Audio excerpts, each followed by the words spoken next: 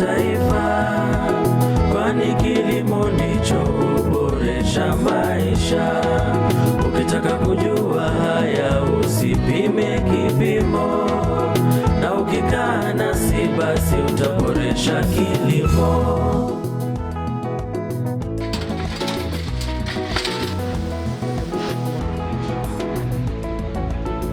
Asilimia 70 ya chakula cha binadamu kote duniani, kulingana na takwimu za kisayansi, ni kwamba inatokana na uchavushaji, kwa maana ya pollination.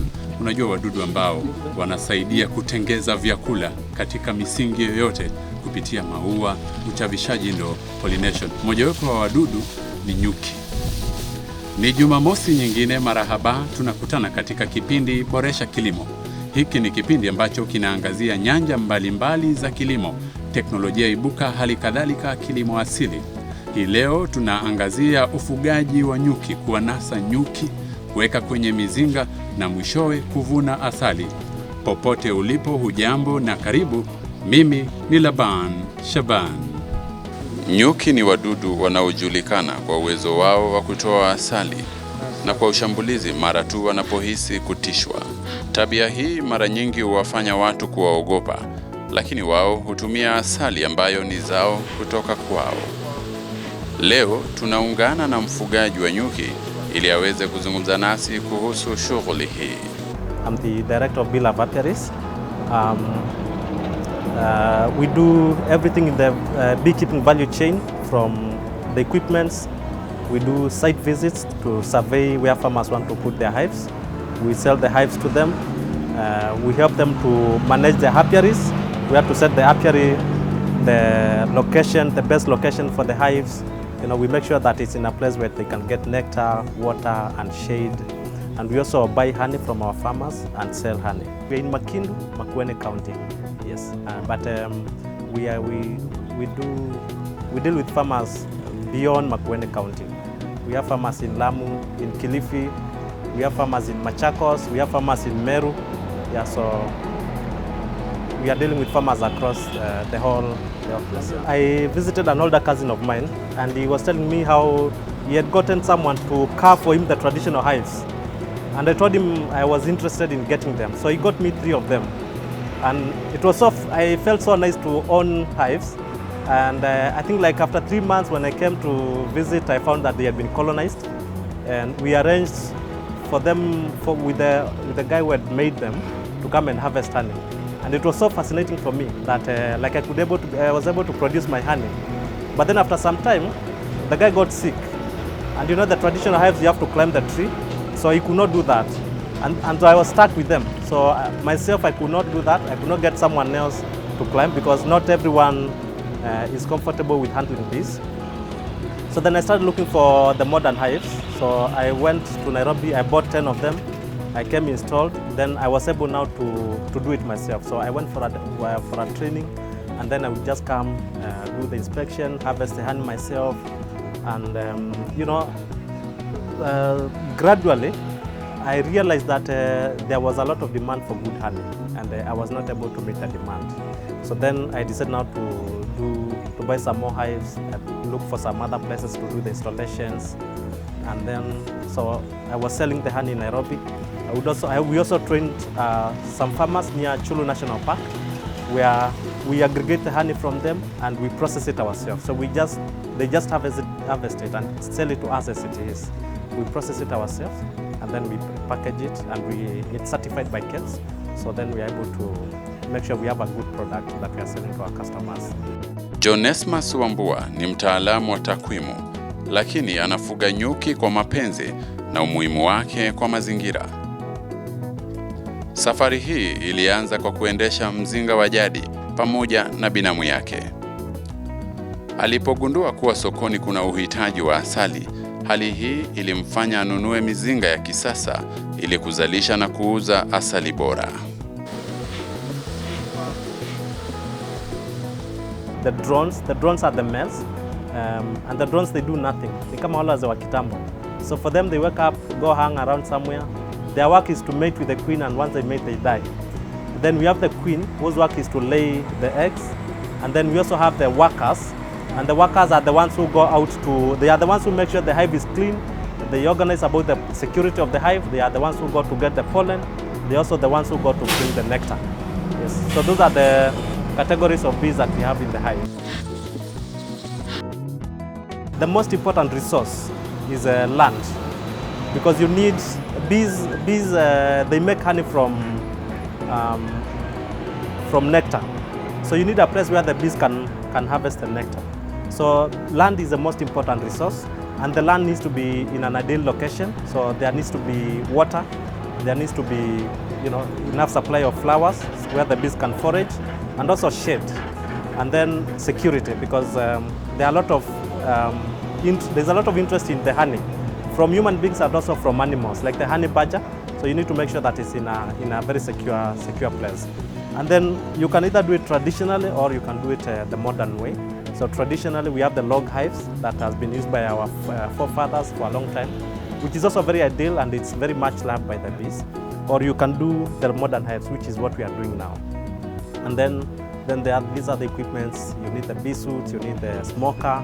The traditional way of doing it, our forefathers used to stick together some sisal strips, and then they go with it to the hive, and it's on fire.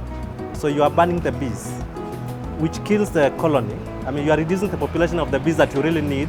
So nowadays we encourage our farmers to use the modern equipments like the smoker, which it only generates the smoke. It doesn't kill the bees. It's very gentle. You have the brush, we have the other hive tools, which make the whole process very efficient. And then the bee suit, so you don't get stung, and you can do it not in the middle of the night. You can do it from around, sometimes even during the day. If it's in a place where there are no other people, you can be able to handle your bees very well. So this is a hive that we deal with. It's a Langston Hive, and as you can see, it has different compartments. So the first one is a top, which is a lid. And as you can see, what we have done here is to increase the ventilation. So we have these ventilators. And the reason why we are doing this is because it's very hot here in many parts of the country where people do beekeeping. So this increases the air circulation inside the hive, and it makes it not to become too hot so that the bees don't abscond. Because when it's too hot, the wax will melt, then the bees will abscond. This is what we call the super. And what we have done here is that we are putting these stoppers. And the reason why we are putting the stoppers is because it is easy to transport the hive.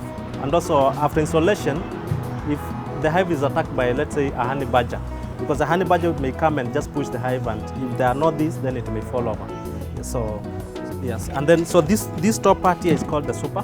So this is where we harvest, and this part here is called the frame, and each frame is supposed to give you roughly a kg of honey. So inside here we have 10 frames. So this one hive is supposed to give you 10 kgs of honey. And this is the only part that you harvest. We don't touch the bottom part. And the bottom part is called the brooder. So the brooder, you can see it's a bit bigger. The frames are bigger compared to the ones in the frame. Yeah, this one is smaller, this one is bigger. And the brooder, that's where the queen stays. And that's where the queen lays the eggs. That's where the larva stays, and the young bees and everything. This is their home, and this is where they put their food. So this one is never harvested, and the reason is that so that even during the dry season, they have food to eat. Yeah, they have food to eat, so they don't have to go looking for food when there is no food. And because this is where the queen stays, we have to prevent the queen from coming to the upper part of the hive, which is called the super, which is where we harvest. So we have to put this separator, which is called the Queen Excluder. There are several varieties. We usually use this one for the wire mesh. And the thing is that you have to prevent the queen from coming up. If the queen comes up, then you will find eggs here, you will find larvae, and then you can't harvest the honey. So we have to constrain the queen underground so that the queen never lays eggs on the upper part of the hive. Mkulima John Esmas hutumia mzinga aina ya Langstroth katika ufugaji wake wa nyuki kwa sababu ya faida zake nyingi, hasa kuwa ni rahisi kusongeshwa. Pia ni ya bei nafuu kwa wafugaji nyuki wanaoanza au kitaaluma. Faida yake kwa nyuki ni kuwa katika misimu ya baridi, mizinga hii huhifadhi na kuwapa nyuki joto. The best place is informed by several factors. As I mentioned, one, there has to be a good flow of nectar and pollen, because bees make pollen bread from the pollen, and that's their food. And the nectar, that's the honey which is your target. So if it's in a place where there's not enough forage for them to get the nectar, then you'll be doing zero work. That's one. Two is that there has to be good source of water, and then there has to be shade. If there's no shade, then the hive becomes too hot, the combs collapse, then the bees will abscond. And then the other thing is that you have to make sure there's no human-wildlife conflict. So at least your apiary should be 100 meters from human habitation.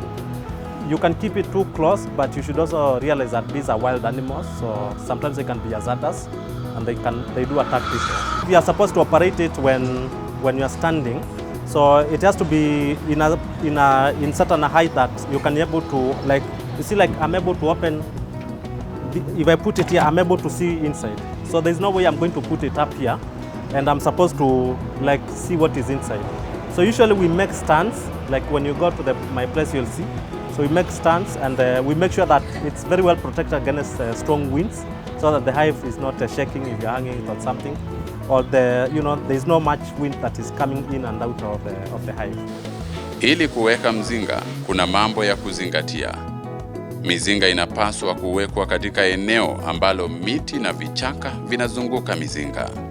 Mahali pa kuwekea mzinga kuwe karibu na chanzo cha maji. Mimea ya maua inapaswa kutosha kuvutia nyuki kwenye eneo hilo, na inapaswa kuwa na uwezo wa kutoa nekta ya kutosha kwa nyuki ili waweze kuzalisha kiasi kikubwa cha asali ya ubora. Nyuki hupenda sehemu tulivu ambazo hazisumbui wala hazijasisitizwa.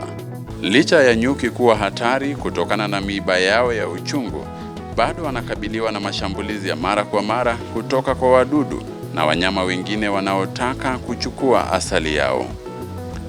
Wadudu kama vile mchwa, nondo na mende wa mizinga hushambulia mizinga ya nyuki na wanyama wengine kama honey badger ambao hawaathiriki na kuumwa na nyuki.